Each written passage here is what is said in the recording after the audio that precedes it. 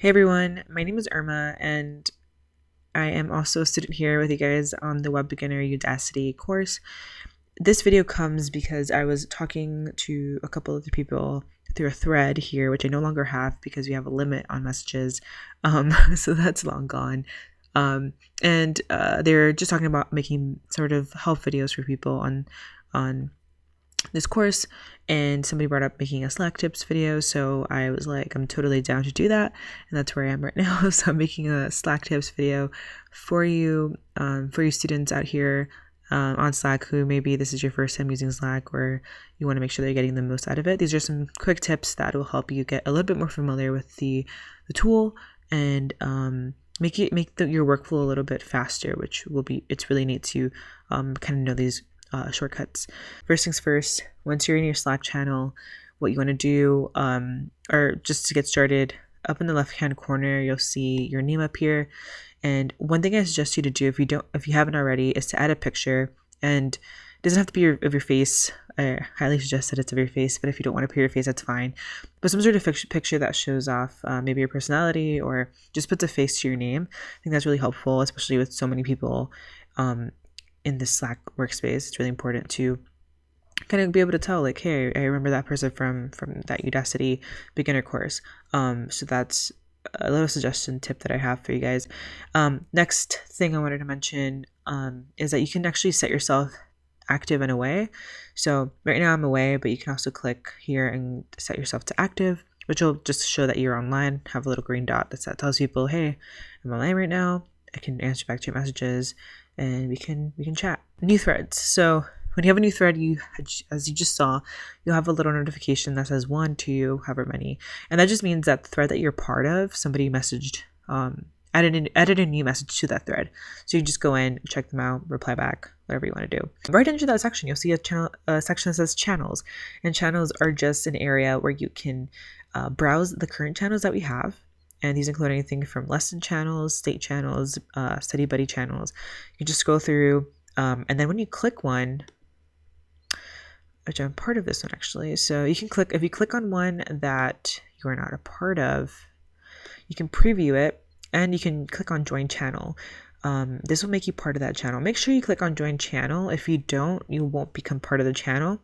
I saw some people were having issues with thinking they were in a channel, but really they weren't because they never clicked join. So make sure you click join if you want to join that channel. And now I'm going to show you guys some cool commands that you can use. So I'm going to use Slackbot. I did some here earlier, but my audio was messed up, so you'll see my mess. So Slackbot, I'm just using this to test, but you can do this with other people. You can do this in other channels. You can click the backslash, and the backslash will give you any commands that you can use for Slack. This is really great when you're first beginning to use Slack and you don't really know the commands and you want to learn them. This is a great place to just go and just read the little description, try them out, see what they do, see which ones you like, and all that jazz. Another one, if you are typing a message, so let's say, so here I've obviously misspelled was. So hey, what's up? That's not what I'm trying to say. I'm trying to say hey, what's up? So what I can do is I can click the up arrow on my keyboard. It'll bring up an editor, and I can just go in, delete my mistake, and click enter, and it'll just go ahead and re-spit that out into the Slack universe. So that's one tip that I recommend you guys to use. Another one is using Command T. And Command T is kind of like opening a new tab. So it lets you go from Slack channel to Slack channel. So I can be here on Slackbot, but then let's say I want to go into introductions. I can just either type introductions or just find it in the list by clicking the up and down arrow. Click enter, and it'll jump me into that channel. But I want to go back to Slackbot because that's where I belong. And I'm back in Slackbot. Then if you want to paste a piece of your code to share, or maybe you're helping somebody, what you want to do is, if it's just one, so you have two types of code. You have either single line code or you have multi-line code, right? So in Slack, there's two different formats or ways that you can achieve this. So the first way, if you have a single line of code, that one's really simple. So let's say I want to write, hey, look at this horizontal tag, and I did that up there. But what you do is, for that tag or that piece of code that you want to write, you just do a backtick, which is that little It's that key under the escape button and to the left of the number 1 on your keyboard, or should be there.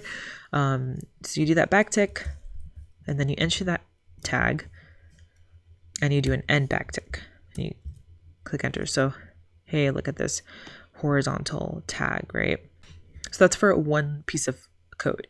If you want to type out a whole thing similar to what I did up here, what you do is that you want to do multi-line code. So to achieve that, you want to do 3 backticks like this, paste, and then do 3 ending backticks.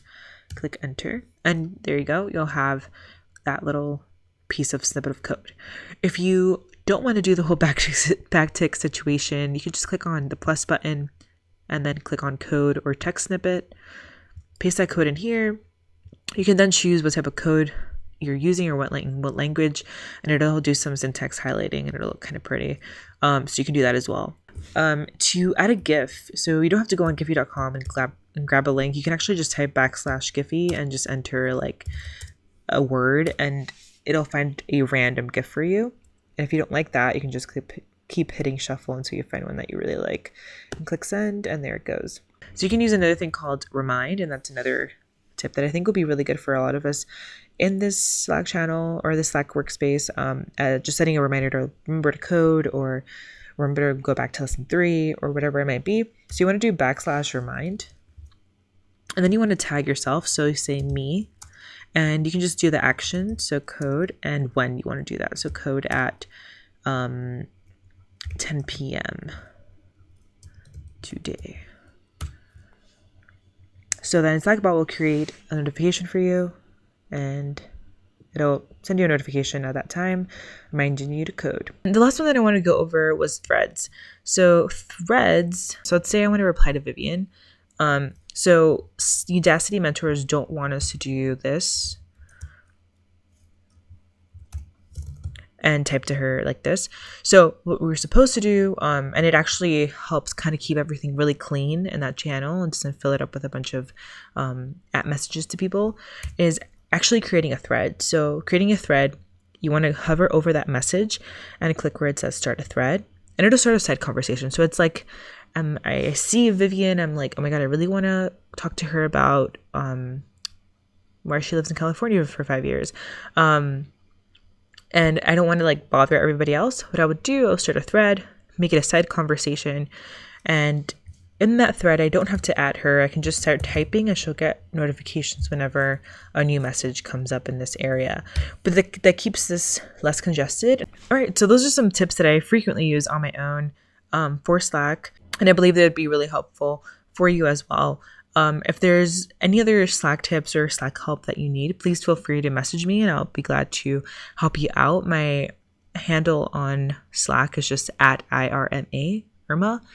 And of course, if you have any questions or anything, you can maybe just reply under this video via a thread, and I'd be happy to have a conversation with you and help you out with anything. I hope everybody enjoyed the video and I hope it was helpful. I will see you guys in the Slack channel.